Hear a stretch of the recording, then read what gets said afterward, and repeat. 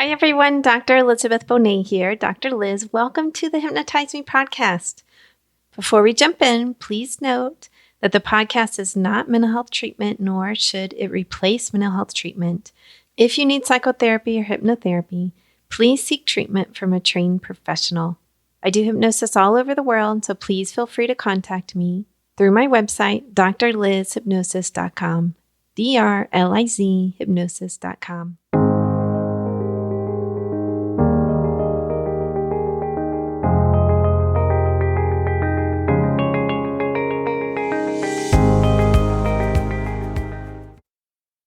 Hi, everyone. Dr. Liz here. So this week I'm going to talk about something relevant to the holidays. Okay, the U.S. just had Thanksgiving, and for a lot of the world, Christmas is coming up. So I want to speak to that and overeating. Okay, so this is a holiday special. I'm going to do a whole weight loss month in like January, February, somewhere in there that talks about a variety of things around weight and eating and mindful eating and all this stuff. But this episode is concentrated on not overeating. So before we jump into it, just an easy way to let you know how to join my newsletter is to text the word hypnotize to 444-999. That's the word hypnotize to 444-999. All right. Now, I have worked with overeaters for a really long time. So I will say that I am not a specialist in anorexia or I would say bulimia, although they have come through my office through the years. But overeating is definitely one of my specialties. I have read a lot about it. I have experienced it myself. I call myself an ex-overeater. It's a struggle, okay? It really is. And for overeaters, I would say that it really rules their life in many, many ways. When you hear overeaters really share and talk, it is a constant thought about food. Okay, constant. They often will go to the grocery store or the drive-through or the convenience store just to get something to overeat on, okay, a favorite treat or some type of food, whether that's salty or sweet.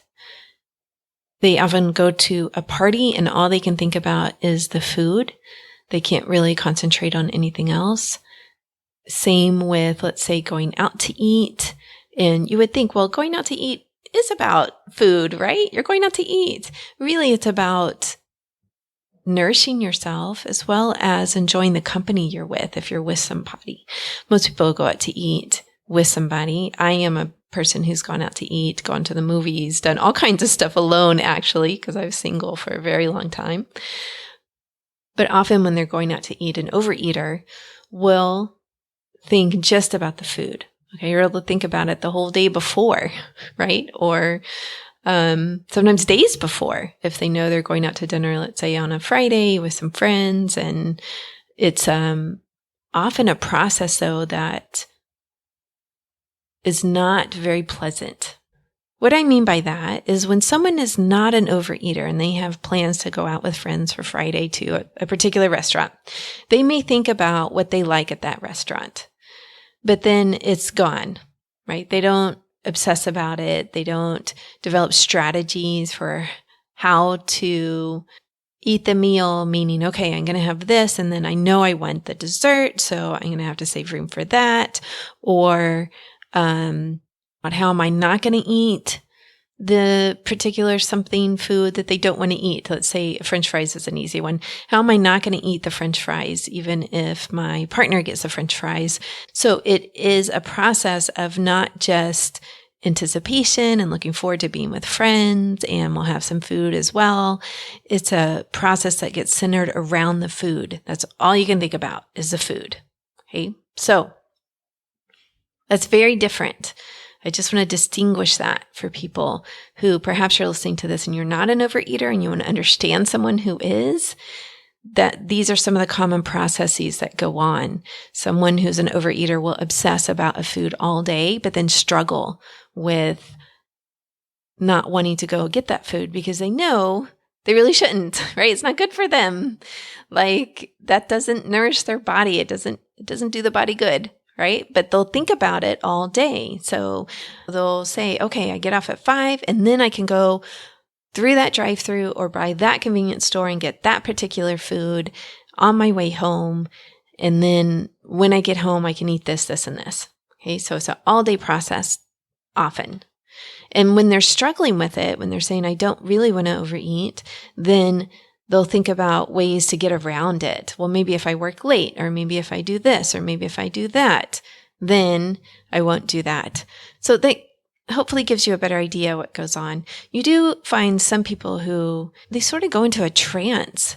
So they'll find that they ate a whole bag of chips and they really are in a trance. They didn't know how it happened when they get to the end and they're like, oh, geez. And they wake up the next morning or they go to bed feeling really deep self-loathing. They do not feel good about this. They'll often hide food as well, like hide eating. So they'll hide a special treat so that nobody else eats it in the house, or they'll get up out of bed and eat in the middle of the night so nobody sees them eating it. Even family members, they'll hide from it. It's sort of the secrecy around food. So let's talk about some of the solutions here. Okay, now, these are just a few tips to help get you through the holidays. I really believe that deeper healing is necessary to help you overcome overeating. There is an interview I'm going to air in the upcoming season where I talk about this more in depth, a particular method. But I do want to say that overeating and weight and keeping weight on and weight gain is often about deeper processes going on. Now, once you heal those deeper processes going on, then it becomes easier to follow tips and tricks and techniques that you can use to help yourself either lose weight or just not overeat, like eat mindfully. The deeper healing can happen various ways, right? I believe that some people can use Overeaters Anonymous, a completely free program. Even if there's not a meeting in your area, there's phone meetings that you can call into from all over the world. And Overeaters Anonymous is an incredibly supportive program because they do like phone marathons on holidays because they know holidays are hard for people. It is like an overeater's nightmare holiday if you're trying to control overeating. So they'll do like around the clock, 24-hour phone meetings to help support people. And it's completely free. So that's an option for people. Hypnosis is obviously an option for people to help yourself do the deeper healing, as well as move into self-respect. I really believe self-control goes a lot with self-respect. People call it self-control, but then they feel really bad if they feel like they can't control themselves. And when we trace it back, it really is like self-esteem and self-respect. Like how important is it to you to respect your own body, to respect yourself, to nourish your body instead of harm it? Okay, so there's that. There's the mindful eating movement, which has been really, really wonderful. I think it was a key piece in my own recovery from overeating, is learning how to mindfully eat. And then there's sort of the opposite of that, which is Never Binge Again by Glenn Livingston. It is a free ebook. I'm going to talk about it more in the future, and I have an interview with him coming up. But just to tell you right now, you can download it for free on Amazon or through his website by the same name, neverbingeagain.com. And it is a game changer if you're trying to change anything about your diet, actually. I was listening to a podcast that was talking about a particular eating method, and she brought up the book and she said, I'm not a binger. I never have been a binger, and I wish this book had a different title. But it's so important because it really helped me change into this way of eating that she felt was healthy for her. So highly recommend that. So let's get to some of the tips to help you through the holidays. One, I would start with preparation.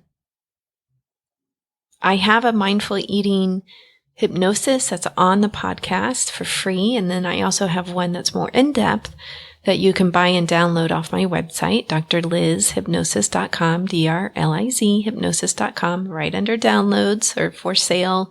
I don't know, that label changes from time to time. But there's one there that's more in-depth too. Or you can listen to the free one that's on the podcast. But I would say begin preparing yourself in terms of learning how to mindfully eat, meaning learning how to pay attention to what you're eating, to pay attention to your body signals. Overeaters often lose their body signals. They really don't know what full feels like or hungry feels like, actually. And they have no idea how to really tune into that and figure out where their body is. So there is a handout that I use in my practice that you can easily get if you Google it. And it's the hunger fullness rating scale. If you email me, I'll just send you a copy. Okay, Dr. Liz at drlizhypnosis.com. Super easy email. But feel free to email me and I'll send you the copy. Even if you're listening to this 2 years from now, go ahead and email me. I'll send you the copy. Or you can Google it. The hunger fullness rating scale. And it breaks it down from 0 to 10, from not hungry to really hungry. And it gives you helpful tips about where you are and when's a good time to eat and when's not a good time to eat. Okay, so I know when I was first learning about mindful eating, this really helped me. I would pull out the scale and I would look at it and try to figure out where my body was. Now, another thing in the mindful eating is when you begin to tune into your body and look at signals that your body is getting full, then it becomes a really helpful process. So one signal that your body is getting full is that you're chewing slower. I honestly did not know this before, 5 or 10 years ago. I seriously didn't. When your chewing slows down, that means your body is getting full. So that's a really helpful signal. When your jaw is getting tired, your body is probably getting full. So that's another tip. So I would start practicing this before you go into a holiday party or a holiday dinner, is just figuring out what's hungry and what's full.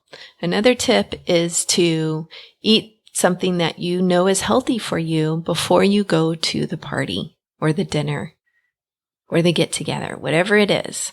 So we all know there's sweet treats that are going to be there, right? Unless you have a total, you're going to KetoCon, right? Or Keto Fest or something, or you have a get together and you're only keto friends, then there's not going to be unhealthy stuff there.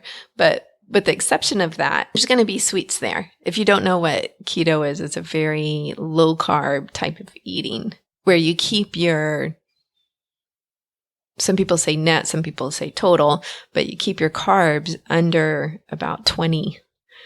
Some people call it keto if it's under 50, but generally when you're getting over 20 net carbs or total carbs, then you're getting into low carb and not necessarily keto. Anyway, unless you're going to that kind of gathering, there's going to be sweets there. There's going to be desserts. And sometimes there won't be anything healthy there. Really, there may be a fruit platter. There may be a cheese platter. There may be some salad there. But sometimes there's not. It is just straight out desserts. So if you know that you have a problem as an overeater stopping, then eat before you go. You can say, I'm not going to actually eat anything when I get there. And that is sometimes helpful. I'm going to eat before. If you know that you have a problem with control, if I eat one of those, I can't stop, then that is often a good rule for you. Well, I'm not going to eat anything there. I will have a drink, or I'll have a cup of tea or a coffee.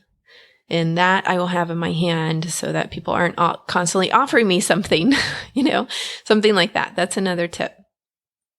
Another thing you can do is think of other things that you can do during the gathering other than eat. So let's say you're going into a family gathering, a family meal, and you are going to eat some things at the meal, but you also know, okay, I'm going to be there the whole day or for hours. Then what are some other things that you can do? Can you play with the children? Can you take a walk? Can you read a book? Can you take along some craft type work to work on? I recently at Thanksgiving, I was working on a little mini quilt. And so I did that while people were talking and hanging around. It's a nice way for me to have something to do so that I'm not bored while also being able to be part of the conversation. So sometimes handwork is like that. Crafty stuff is like that. And I just carried my whole kit along. I have a little sewing kit and carried that along.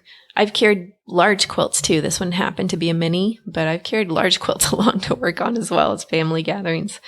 But you can do that. You can bring a book. You can do something that you know you enjoy that isn't food focused. So that's another tip that can help. I would say another thing to do is to be kind to yourself. Okay, so overeaters are often very critical and harsh with themselves. And they have this incredibly critical voice that comes out and calls them all kinds of awful names and puts them down.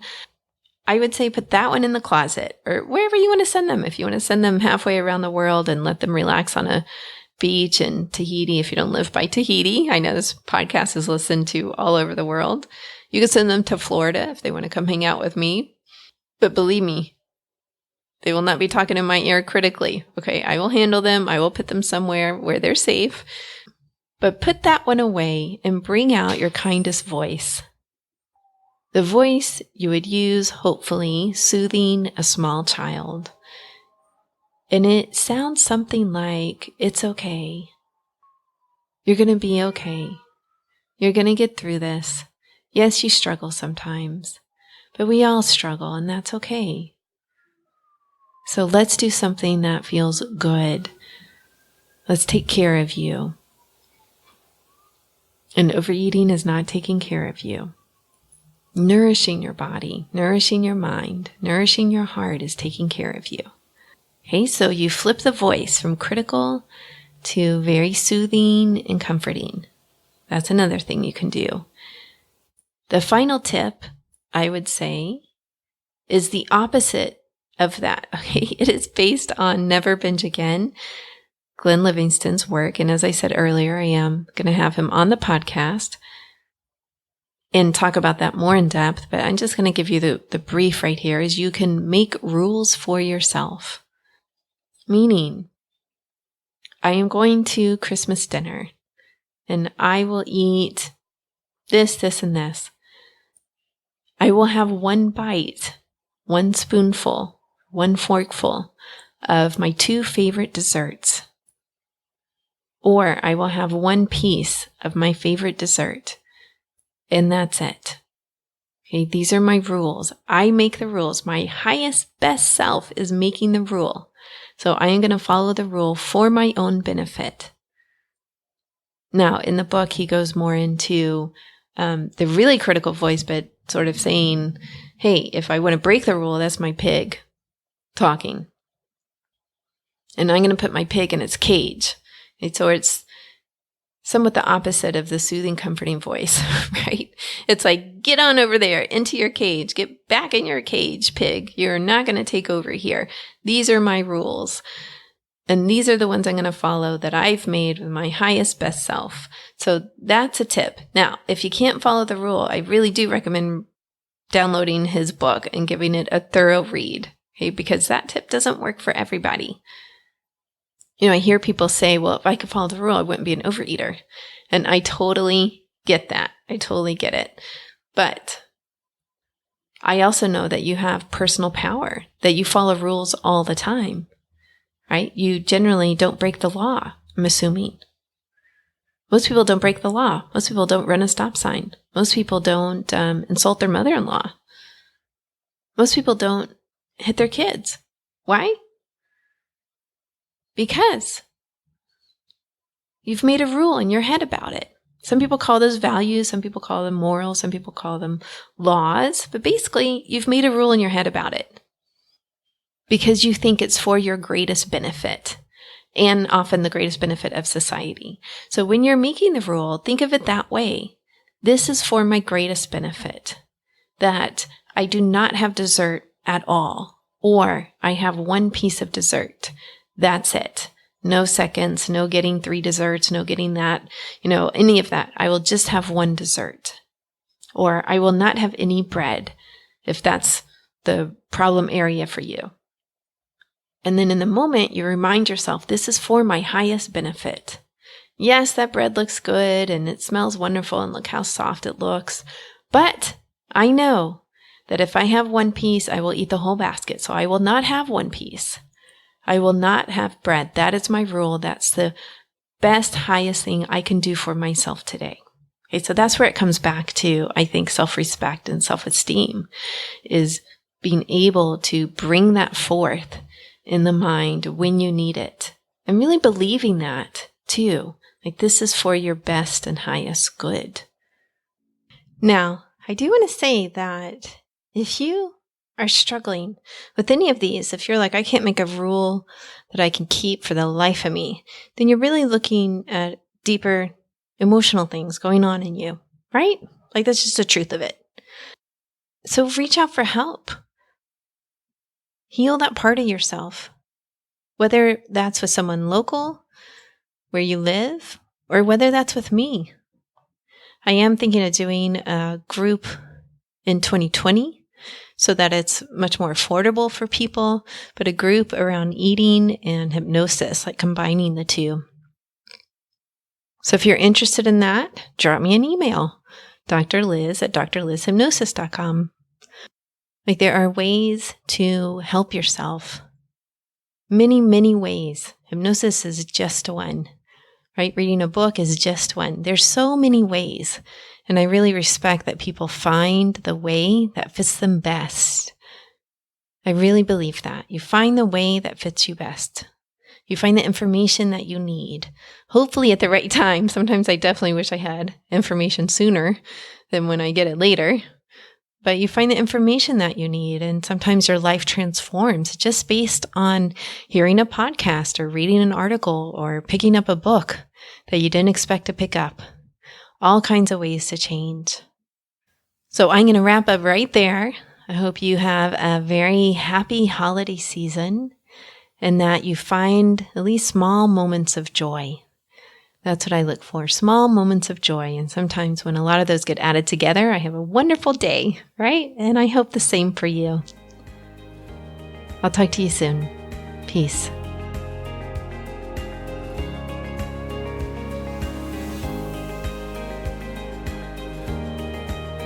I hope you truly enjoyed today's episode. Remember that you can get free hypnosis downloads over at my website, drlizhypnosis.com, drlizhypnosis.com. I work all over the world doing hypnosis. So if you're interested in working with me, please schedule a free consultation over at my website, and we'll see what your goals are and if I can be of service to you in helping you reach them. Finally, if you liked today's episode, please subscribe to the podcast or tell a friend. That way, more and more people learn about the power of hypnosis.